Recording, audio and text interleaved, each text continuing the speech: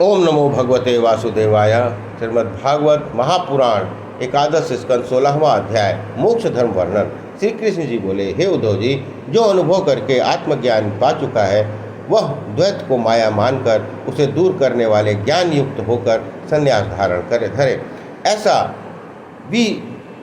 विध्वस्त संन्यास मुझे बड़ा प्रिय है, क्योंकि ज्ञानियों से मान्य मैं ही हूँ, स्वर्ग का मोक्ष आदि मैं ही हूँ।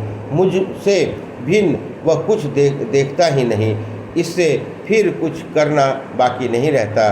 जो ज्ञानी विज्ञानी पुरुष हैं वो मेरे उत्तम पद को जानते हैं, क्योंकि वे मुझे ज्ञान रूप ही मानते हैं। ज्ञान से जो सिद्धि मिलती है वह तप, दान, योग, जप आदि से नहीं, इससे जिस विधि से ज्ञान मिले उस विधि से उसे प्राप्त कर भक्ति भाव सहित मेरी पूजा करें और सब कर्म छोड़ दें। मुझ योग्य यजेश्वर की आत्मा में अपनी आत्मा को मिलाकर कितने ही महात्मा मुझ परमात्मा को पा चुके हैं। हे उद्धव जी, तुम में जो यह अद्वैत भाव जो भी सत्य नहीं है, किंतु रस्सी की सांप की तरह माया कल्पित ही है, इससे जन्म मरण आदि विकार आदि शरीर का है, तो उसे तुम अधिष्ठान का क्या संबंध, क्योंकि रस्सीगत सौंप आदि मध्य और अंत में रस्सी ही होती है, सांप नहीं। उद्धव जी कहने लगे, हे कृष्ण जी महाराज, उनको शुद्ध करने वाला ज्ञान तथा विज्ञानमय ज्ञान कुछ मुझे सुनाइए, जिसे ब्रह्मादिक देवता ढूंढते फिरते हैं। वह अपना भक्ति योग भी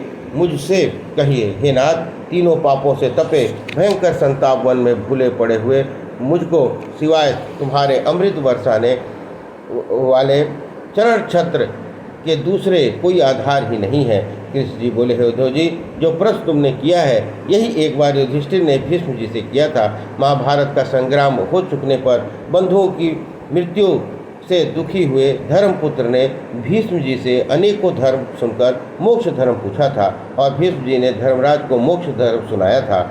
वही मैं तुम्हें सुनाता हूँ। हे उद्धव जी, जब यह सब जगत नाशवान है, इसलिए जो पुरुष समझदार है वह आत्मतत्व जानकर सबसे अलग हो जाता है, और जो और विचार करता है जैसे वह मृत्युलोक विनाशी है, वैसे ही इसमें किए कर्मों से मिले हुए स्वर्ग आदि लाभ से सुख भी विनाशी है। हे उद्धव जी, यम नियम का बर्ताव सकाम निष्काम दोनों मनुष्य करें, जो उनके मनोरथ पूर्ण होकर मोक्ष मिलता है। मुझ में मन लगाना सम है, इंद्रियों का दमन करना दम है, दुख सह लेना तितिक्षा है, जीभ और इंद्रियों का वेग रोकना ही धैर्य है, बैर का त्याग करना ही दान है, भोगों से अलग होना तप है, स्वभाव को जीतना ही सूरता है, ब्रह्म को देखना ही सत्य है, सत्य और मधुर भाषण ही रित है, कर्मों में अरुचि ही शौच है, सब कर्मों से अलग होना ही त्याग है, परमार्थ साधन ही धन है, मेरी बुद्धि से यज्ञ करना ही यज्ञ है, ज्ञान उपदेश करना ही दक्षिणा है, प्राणायाम ही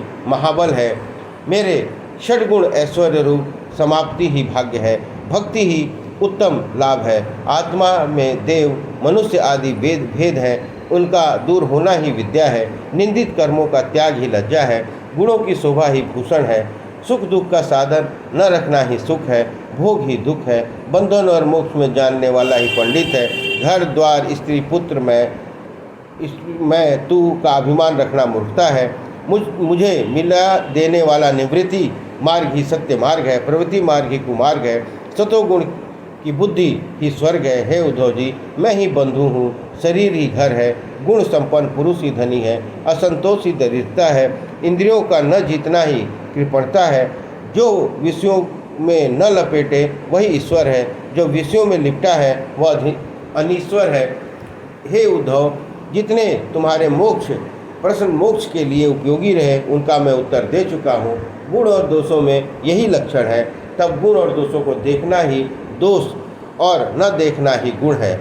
इस प्रकार 16वां अध्याय संपन्न हुआ। बोलिए कृष्ण भगवान की जय।